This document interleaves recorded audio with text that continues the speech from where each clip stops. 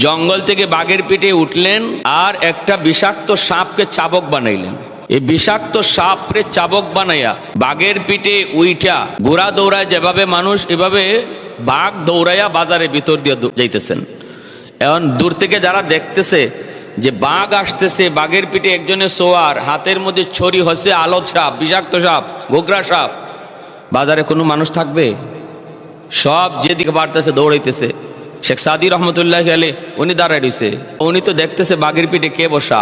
মির্জা জানে জানা একজন আরেকজনকে চিনে, যে বাঘের পিঠে বসা তারে যদি বাঘে কিছু না করে, আমি শেখ সাদিরও কিছু করবে না। যেরকম সুবহানাল্লাহ, বাঘ যদি তারে চিনে থাকে আমারও চিনবে। এজন্য বলি হাইওয়ান, মানুষ যে তারে ভালো করে চিনে। মানুষের বৈশিষ্ট্য নাই, তারে ভয় পাবে কেন? তারে তো দৌড়াবেই। হাশরের মাঠে বহু মানুষ মানুষের সুরত ধরে উঠবে না। আল্লাহ নবীর হাদিস, বিভিন্ন হাইওয়ানাতের সুরত ধরে উঠবে। কেউ বাঘের সুরত ধরে, কেউ শিয়ালের সুরত ধরে, কেউ কুকুরের সুরত ধরে, কেউ বানরের সুরত ধরে, কেউ শুয়োরের সুরত ধরে উঠবে। হাদিস শরীফ আল্লাহ নবীকে জিজ্ঞেস করা হয়েছিল, রাসূলুল্লাহ কেন? নবীজি বলেন, দুনিয়াতে যার ভিতরে যে হাইওয়ানের বৈশিষ্ট্য বেশি ছিল, সে হাশরের মাঠে এই হাইওয়ানের রূপ ধরে উঠবে। কুকুরের বৈশিষ্ট্য, কুকুরের একটা বদ খাসলত হিংসা। কুকুর মালিক প্রিয়, মালিক পশু মানে কি কয়, প্রভুভক্ত, এই গুণটা তার আছে। কিন্তু তার সবচেয়ে খারাপ গুণ হলো, যে খারাপ গুণটার কারণে কুকুর নিকৃষ্ট প্রাণী হয়েছে। জগতের সকল প্রাণীর মধ্যে নিকৃষ্ট প্রাণী কুকুর। অথচ তার একটা ভালো গুণ, একটা না অনেকগুলি ভালো গুণ আছে কুকুরের। সে হলো প্রভুভক্ত, সে তার মালিকের জন্য জান দিতে রাজি, এতটা করে। এরপরও তার ভিতরে একটা খারাপ গুণ, যে খারাপ গুণটার কারণে সকল সৃষ্টির মধ্যে সে নিকৃষ্ট। সে খারাপ গুণটা কি? হিংসা। সে একা খাবে, কাউকে সাথে নিবে না। তার এলাকা দিয়ে কেউ ঢুকতে দিবে না। এই এলাকার রাজত্ব সে একা করবে, কাউকে আসতে দিবে না। মরা গরু লাগে 5 দিনে শেষ করবে, তাও কাউরে শরিক করতে দিবে না। এটা হলো কুকুরের সবচেয়ে বদ খাসলত। এই ধরনের স্বভাব যে মানুষের কাছে থাকবে, হাশরের মাঠে তার রূপ ধরবে কুকুরের। বেহায়া, হায়া নাই, শরম নাই। দুনিয়াতে যারা এই ধরনের চলা চলছে, হায়া শরম কম, যেখানে মন ধরে এখানেই বেহায়ার মতো দাঁড়ায় গেছে, নারীর সাথে কথা বলতেছে। আল হায়াউ শুবাতুম মিনাল ঈমান, হায়া ইমানের অঙ্গ যেখানে বলা হয়েছে। শরম, লজ্জা, এটা ইমানের অঙ্গ। যার লজ্জা নাই, হাশরের মাঠে শুয়োরের আকৃতিতে উঠবে। শুয়োর, ওর লজ্জা নাই, ওর শরম নাই। তো এই জন্য আমরা দেখতেছি মানুষের চেহারা, কিন্তু সে মূলত কোন রূপ ধরে আছে, এটা যাদের চোখ আছে তারা দেখে। এজন্য নাম ভুলে গেছি। এখন বহুত বড় কাল্লাওয়ালা ছিলেন দারুল উলুম দেওবন্দের। তো উনি রুমাল, শাহ ওয়ালিউল্লাহ মুহাদ্দিসে দেহলভী, শাহ ওয়ালিউল্লাহ মুহাদ্দিসে দেহলভী রহমতুল্লাহ, উনি রুমাল এভাবে রুমাল দেয়া চোখ ঢাইকা বয়ান করতেন। আমি আপনাদেরকে দেখতেছি, কিন্তু উনি এভাবে দেখে বয়ান করতেন না, রুমাল দিয়া চোখ ঢেকে বয়ান করতেন। মানুষ দেখতেন না, বয়ান করতেন। একদিন এক মুরিদ বলছে যে, হজরত এভাবে বয়ান করেন কেন? বলে, এটা কারণ আছে, সব বলা যাবে না। বলে, হজরত বলেন না, কি কারণটা কি জানবার ইচ্ছা হয়। কথা নেও, আমার রুমালটা তোমার মাথায় দাও। তো উনার রুমালটা তার মাথায় দিয়েছেন, দিয়া বলেন, এখন তাকায় দেখো তো। হুজুর, আমি তো দেখতেছি একজনও মানুষ বসা না, সব কেউ কুকুর, কেউ বিড়াল, কেউ এই শুয়োর, কেউ এরম বাঘ, কেউ শিয়াল, এভাবে বসে রয়েছে। বলে, হ্যাঁ, তুই একজন মানুষ দেখা যাইতেছে, আর সব দেখা যায় হাইওয়ানাত বসা মসজিদের ভিতরে। আল্লাহ, তুমি আমাদের সহি বুঝ দান করো, সবাই বলে আমিন। এই জন্য মানুষের স্বভাব, মানুষের যে বৈশিষ্ট্য, সেটা সবসময় বজায় রাখে। মানবিকতা, মানুষের 1 নম্বর গুণ হলো মানবিকতা। এটা তার ভিতরে থাকবে বেশি। সে সহনশীল হবে, ধৈর্যশীল হবে, সে একা ভোগ করার চিন্তা করবে না। ওয়াত্তিনি ওয়াজ্জাইতুন ওয়া তুরি সিনিনা ওয়া হাযাল বালাদিল আমিন। আল্লাহ পাক রব্বুল আলামিন 3 ফলের কসম খাইলেন, জাইতুন, এমনিভাবে তুর পাহাড়, মক্কা নগরের কসম। এই 4টা জিনিসের কসম কেন খাইলেন এই বিষয়ে বয়ান করলে লম্বা হয়ে যাবে, আমি লম্বার দিকে যাব না। আল্লাহ বলেন অধিক সুন্দর করে তোমাকে বানাইলাম, মানুষ হলো অধিক সুন্দর। তাফসীরে কিতাবের ভিতরে এর একটা আজীব ঘটনা লিখছেন। খলিফা মনসুর অনেক বড় একজন বাদশা ছিলেন। খলিফা মনসুর বাগদাদের খলিফা। খলিফা মনসুরের আমলে তার এক মন্ত্রীর নাম ছিল ঈসা ইবনে মুসা। এই ঈসা ইবনে মুসা ছিল তার এক মন্ত্রী। নতুন বিয়ে করেছে, সুন্দরী বউ। চাঁদনি রাতে প্রাসাদ থেকে বের হয়ে আসে, চাঁদের আলোতে নতুন স্ত্রীকে নিয়ে কথা বলতেছে। ওই অবস্থায় একবার চাঁদের দিকে তাকায়, আরেকবার স্ত্রীর চেহারার দিকে তাকায়। খুব খুশি সুন্দরী বউ পায়া, বলতেছে তুমি অনেক সুন্দর, আমার জীবন ধন্য, তুমি অনেক সুন্দর, তুমি চাঁদের চেয়েও বেশি সুন্দর।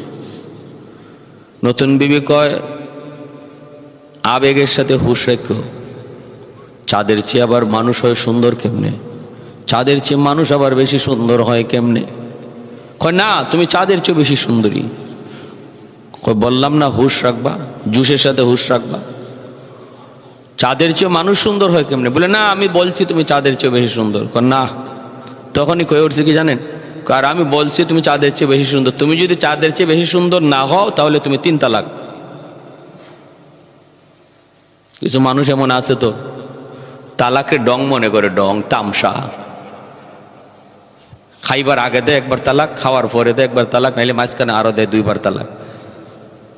সকালে একবার বউ সারে, বিকালে আরেকবার সারে। সকালেই তো সারা হয়ে গেছি গা, বিকালে হের 14 গোষ্ঠী সহ সারে। তো এই ধরনের যারা করে এরা আবার পরে আমাদের কাছে কান্নাকাটিও করে আসা, হুজুর রাগের মাথায়, গুসার মাথায় 3 কথা কয়ে ফেলাইছি, হুজুর এখন কি করি? সব জায়গায় ডং চলে না, তামসা চলে না, মজাক চলে না। মজাকের জায়গা মজাক, ডঙের জায়গায় ডং, কিন্তু সব জায়গায় চলে না।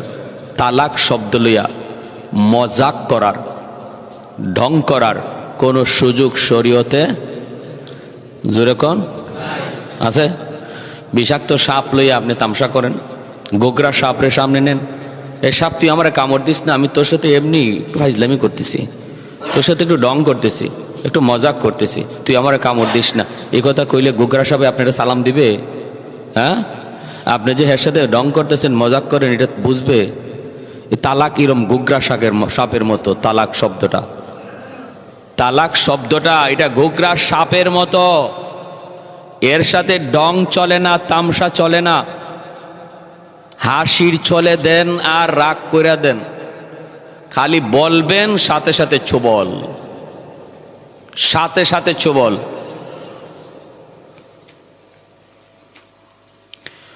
রেডিমেড মৌলবীর কাছে যাবেন না, নেটের মৌলবীর কাছে গেলে পরে কইব কি লিখিত দেওয়া লাগবে তালাক, মুখে তালাক দিলে তালাক হয় না।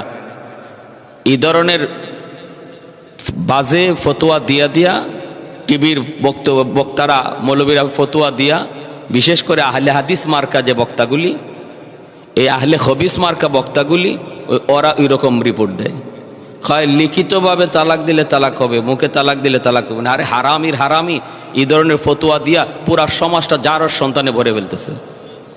সমাজ নষ্ট হবে না তো কি হবে? কি হবে? ওই পোলা বাপরে পিটাইব না তো কি করবো? এ তো জারজ, এ তো বৈধ নয়, অবৈধ। ওই মৌলবীর ফতোয়ার কারণে এই ঘটনা ঘটছে। স্বামী স্ত্রী তারা তো মনে করতেছে বৈধ সম্পর্ক, হালালভাবে তারা মিলতেছে। সম্পূর্ণ দায়ভার এই মৌলবীদের কাঁধে যাবে। আর আমাদের কথা শোনার পরও যারা ওই সমস্ত মৌলবীদের কাছে যাবেন, আপনিও ধরা খাবেন। হ্যাঁ, আমাদের কথা বলার পরেও, আমাদের কথা শোনার পরেও যে না, সব মৌলবীর কাছে যাওয়া যাবে না, মডার্ন আল্ট্রা মডার্ন যাওয়া যাবে না, এ কথা শোনার পরেও যারা যাবেন তারা নিজেরা দায়ী থাকবেন। আর জানেন না গেছেন, আল্লাহ আমি জানতাম না, আমি মনে করছি বড় হুজুর, আল্লাহ এরকম একটা ফতোয়া দিয়ে লাইছে, আমি মোটেও সুর জানি নাই যে সমাজে কিছু উলামায়ে সু আছে, ভ্রান্ত কিছু মৌলবী আছে। আল্লাহ এই কথাটা আগে বুঝতাম না, আল্লাহ হয়তো মাফ করে দিতে পারে। তাহলে মনে রাখবেন, বিবাহ এবং তালাক এই দুটা জিনিসকে ইসলাম সহজ করেছে। ইসলাম কি করেছে? সহজ। বিবাহের ক্ষেত্রেও বিবাহটা সহজ। আমরা বিবাহরে কঠিন বানায় ফেলাইছি, আমরা কঠিন বানাইছি, কিন্তু ইসলাম বিবাহটাকে অধিক সহজ করেছে। মোহরের ব্যাপারটা আমরা কঠিন করেছি। বরযাত্রী লইয়া মেয়ের বাপের উপরে চাপ সৃষ্টি করার এই রুসুমটা আমরা তৈরি করেছি। একটা মেয়ের বাবা মেয়ে উপযুক্ত হওয়ার আগেই তার টেনশন শুরু হয়ে যায় যে হায় রে, কয় লক্ষ টাকা লাগবে আমার এই মেয়েটাকে গোছাইতে, টাকা জোগাড় টেনশনে পড়ে যায় বাবা। অথচ ইসলাম কত সুন্দর, ইসলাম বলছে মেয়ের বাবার কোনো টেনশনই নাই। এমনকি বিবাহের দিনটাতে পর্যন্ত ছেলে দুই একজন মানুষ লইয়া, আপনজন কয়েকজন লইয়া যাবে, যাইয়া একদম নিরিবিলি সহজে নিয়ে আসবে, সহজে নিয়ে আসবে। প্রচার হবে বিবাহ হইতেছে, এটা প্রচার করো, কিন্তু খরচটা হবে না। মূল খরচটা করবে ছেলে, যদি সামর্থ্য থাকে, যেটাকে আরবিতে বলে অলিমা, আমরা বলি বৌভাত। এই অলিমাটার বিধান আছে শরীয়তে, এটা সুন্নত, এটা সুন্নত। ওয়ালাউ বিশাত, নবী বলেন একটা ছাগল দিয়ে হলে অলিমা করো, একটা ছাগল দিয়ে হলে অলিমা করো। কিন্তু আমরা মূল খরচটা ফালাইতেছি কন্যার বাপের উপরে, মূল খরচটা। বরযাত্রী হাই দিহা, বাংলাদেশে আমার মনে হয় এমন কোনো জায়গা বাদ নাই যে বরযাত্রী 300 কইলে 400 আয়, 400 কইলে 500 আয়, 500 কইলে মেয়ের বাপেও জানে কইছে 500 আইব 700। এটা একটা যেমন কি হয়ে গেছে, রুসুম হয়ে গেছে যে বরযাত্রী বেশি আইলে সমস্যা নেই, কিন্তু তার তো একটা ইস্টিমেট লাগবে, তারও তো একটা সামর্থ্য লাগবে। আল্লাহ আমাদেরকে সহি বুঝ দান করুন, সবাই বলে আমিন। যারা বিয়া সাথে করে লেছি তো করেই লেছি, যারা বিয়া এখনো করছো না, এখন তো নিয়ত করো এইরকম এই বহর লইয়া বহর লইয়া মেয়ের বাপের বাড়ি যাওয়া, এই জিনিসটা অন্তর থেকে মুছো। আল্লাহ এই বিবাহের মধ্যে বহু বরকত দিবে। আর শুরুতেই যদি গন্ডগোল লাগাইয়া চলো, শেষ পর্যন্ত গন্ডগোল খালি থাকবেই থাকবে। শেষ পর্যন্ত বরকত দিয়া বিবাহ শুরু করো, আল্লাহ শেষ পর্যন্ত বরকত দিবে। এজন্য কোনো সময় এরকম করে। আর যৌতুক আলহামদুলিল্লাহ কিছু কমছে, ঠিক না মা? আপনারা যদি আওয়াজ করেন না, করো নাকি? যৌতুক আগের চেয়ে কিছু কমছে না? আলহামদুলিল্লাহ অনেক কমছে আলহামদুলিল্লাহ। আর আওয়াজ তো ছড়তেছে, আমাদের আওয়াজ ছড়তেছে, ওয়াজ মাহফিলে আওয়াজ ছড়তেছে। যৌতুক হালাল না হারাম? বহুত বড় হারাম, খালি হারাম কেন না, বহুত বড় জঘন্য হারাম, জঘন্য হারাম। এই ধরনের কাজে কেউ যাবেন না, কেউ যাবেন না। বাহানাও করবেন না, বাহানাও না, এভাবে না, এভাবে না, ওইভাবেও না, ওইভাবেও না। কাউরে দিয়া কইবেন তাও না, কোনো ইঙ্গিত ইশারা চলবে না, কোনো ইঙ্গিত ইশারা চলবে। মেয়ের ভাবে খুশি হইয়া যদি দেয়, দেখ, এটাও বলি না আমরা, এটাও যদি বলি তাহলে আপনি এটারও সুযোগ নেবেন, এটার একটা সুযোগ নেবেন। আমি চাইছিলাম না তো চাইছিলাম না, খুশি হয়ে কিছু দিতে পারতো না তো এটা কি না চাই, এটা চাওয়ার থেকে আর কি রইল বাকি? খুশি হইয়া কিছু দিতে পারতো না তো এটা আর কি রইল কি আর, হয়ে গেছে সব। তো এই ধরনের কোনো কিছু অন্তরে রাখবো না। এইগুলো বিবাহ, খালি একজনের দুইজন সাক্ষী থাকবে, উপযুক্ত মেয়ে আছে, দুজন সাক্ষী আছে, ছেলে আর মেয়ে উপযুক্ত দুজন আছে। সাক্ষীদের সামনে সে বলবে আমি তোমাকে বিবাহ করলাম, সে বললো আমি তোমার কাছে বিবাহ বসলাম, বিয়ে হয়ে গেছে। সাক্ষী দুইজন আছে। বলে খুতবা? জি না, খুতবা কোনো বিবাহের জন্য শর্তই না।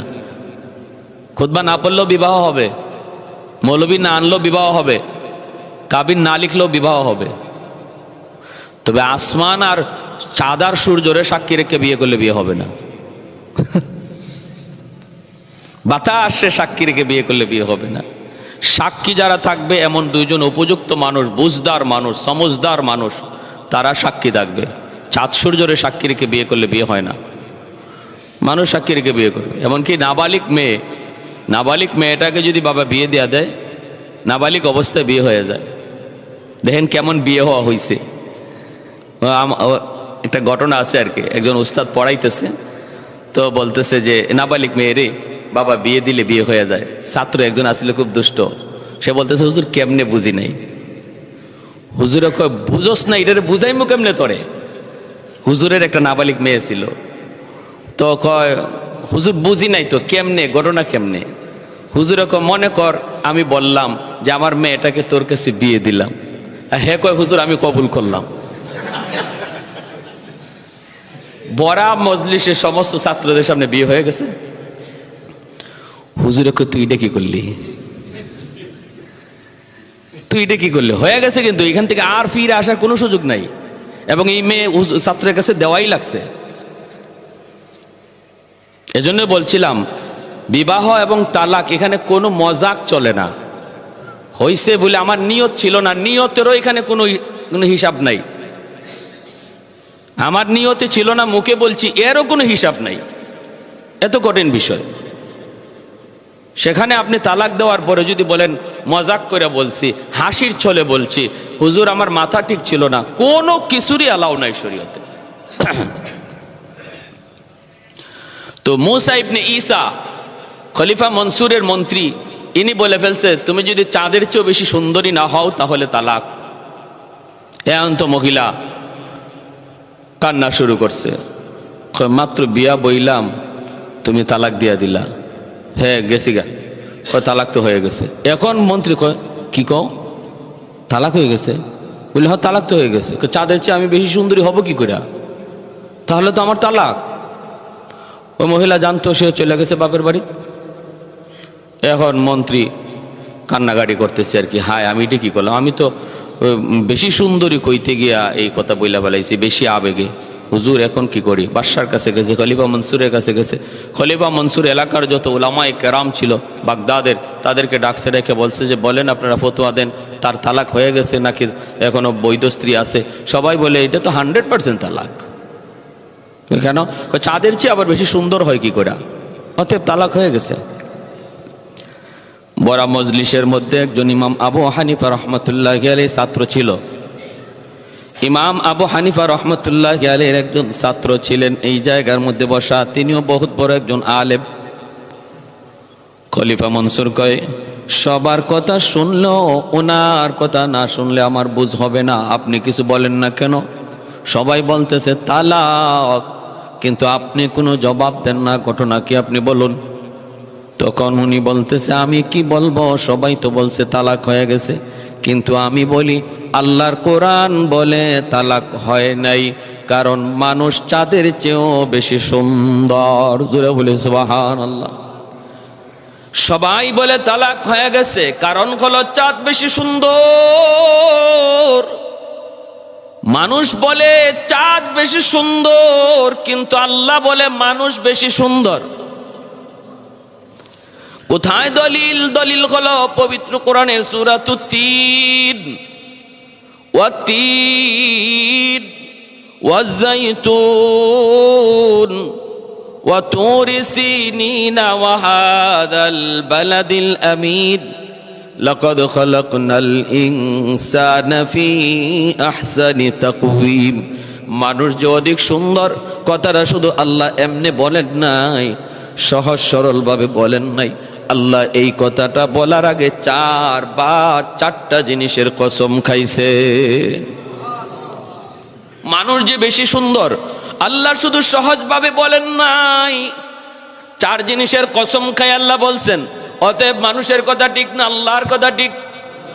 বাদশা কয় আল্লাহর কথা ঠিক, কয় আল্লাহর কথা যদি ঠিক হয় তাহলে তালাক হয় নাই। তালাক হয় নাই, মন্ত্রী যা বলছে, তুমি যদি চাঁদের চেয়ে বেশি সুন্দরী না হও তাহলে তালাক। আল্লাহর কোরআন বলে এই মহিলা তার স্ত্রী চাঁদের চেয়েও বেশি সুন্দরী, তাহলে তালাক হবে কেন? এজন্য আল্লাহ পাক রব্বুল আলামিন বলেন, আমি আল্লাহ তিনের কসম, জাইতুনের কসম, তুর পাহাড়ের কসম, মক্কা নগরীর কসম খায় বলি, মানুষ তোমাকে অধিক সুন্দর করে যেমন বানাইছি, আমি আল্লাহ তোমাকে অধিক সম্মানী করেও তোমাকে বানাইছি। অতএব এই সম্মান মানুষ, এই সম্মানিত মানুষ, তোমার সম্মান তুমি ধরে রাখবা। যদি সম্মান ধরে রাখতে হয় যেই জিনিসের দ্বারা, ওই জিনিস তুমি পালন করে যাও, তাহলে আখের পর্যন্ত তোমার সম্মান বজায় থাকবে। আর যদি যেই জিনিসের কারণে তোমাকে সম্মানী বানাইলাম ওই জিনিস পাওয়া না যায়, তাহলে সম্মানী মানুষটাই আবার সবচেয়ে নিকৃষ্ট হয়ে যাবে। যে কারণে তুমি সম্মানী, কারণ পাওয়া গেলে তোমার সম্মান ঠিক থাকবে। তুমি যদি তোমার সম্মান ধরে না রাখতে না পারো, তাহলে অধিক নিকৃষ্ট হয়ে যাবে, ঠিক না? যে জিনিস খুব দামি, এটা যদি নষ্ট হয় তাহলে দুর্গন্ধ বেশি হয় না? দুর্গন্ধ বেশি হয়।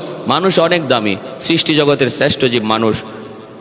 এই মানুষ মারা যাওয়ার পর যদি মানুষের বডি ফসে, আশপাশ দিয়ে দেওয়া যায়? হ্যাঁ, কোনো একটা মরা গরু যদি মরে, পচে, তাও কাজ দিয়ে যাওয়া যায়। মাছ পচলেও অনেক সময় খাওয়াও যায়, এত দুর্গন্ধ লাগে। কিন্তু মানুষ এত দামি, কিন্তু এই মানুষের বডি যদি দেখবে, হিন্দুরা যে মানুষে পুরায় মরার পরে, এই পাশ দিয়ে যাওয়া যায় না, পাশ দিয়ে যাওয়া যায় না। ঠিক তেমনি মানুষ আল্লাহর কাছে অনেক সম্মানী, অনেক দামি। এই মানুষের সম্মান যে কারণে, সামনের জমায় বলবো কোন কারণে মানুষ সবচেয়ে দামি ইনশাআল্লাহ। কোন কারণে মানুষ এত দামি হলো, ফেরেশতাদের চেয়েও বেশি দামি হয়ে গেল। এই মানুষ তার কারণ, সম্মান যদি ধরে না রাখতে পারে, তাহলে তার মর্যাদা আবার কত নিচে যায়, সে কত নিকৃষ্ট হয়ে যায়। এটাও ইনশাআল্লাহ আগামী জুম্মায় শুনবো, আল্লাহ যদি তৌফিক দেয়। আমাদেরকে আল্লাহ পাক তার বিধিবিধান ঠিক মতো মাইনা, যে কারণে আল্লাহ আমাদেরকে ইজ্জত সম্মান দিছেন, আল্লাহ সেই মাফিক আমাদের জীবন চলার তৌফিক আল্লাহ দান করুন। যারা সুন্নত পড়ি নাই 4 রাকাত